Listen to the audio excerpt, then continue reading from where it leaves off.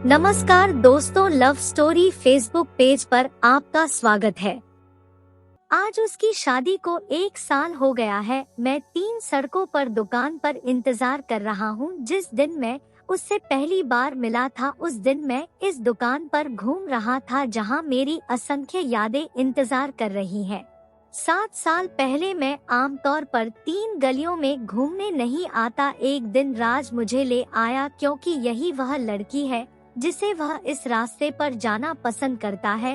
दोपहर का समय है, सर्दी के दिन, सूर्य बड़ा अद्भुत है। मुझे जगह पसंद नहीं थी, लेकिन मेरे पास कोई विकल्प नहीं था। डिम्पी समय पर आ गई, राज का पसंदीदा। वह दुकान पर आई, राज ने उनसे बात की। मैं वहाँ बैठा हूँ, यह मेरे लिए बहुत ही बोरिंग समय है।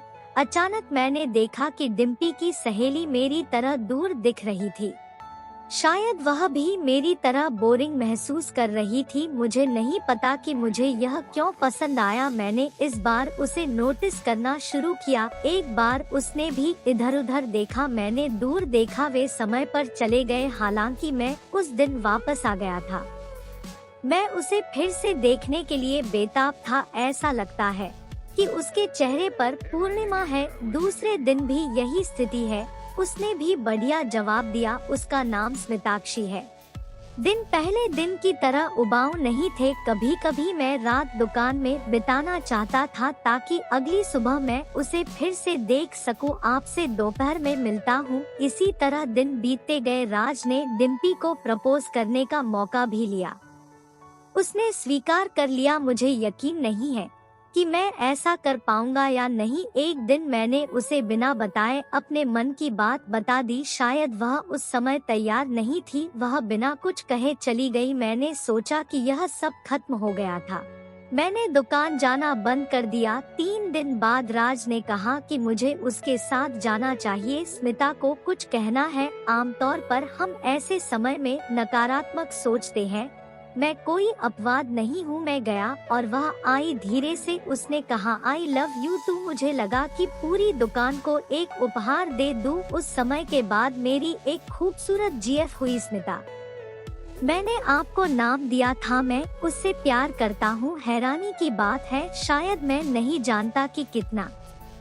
दिन पहले दिन की तरह उबाऊ नहीं थे। कभी कभी मैं रात दुकान में बिताना चाहता था ताकि अगली सुबह मैं उसे फिर से देख सकूं। आपसे दोपहर में मिलता हूं। इसी तरह दिन बीतते गए। राज ने डिम्पी को प्रपोज करने का मौका भी लिया।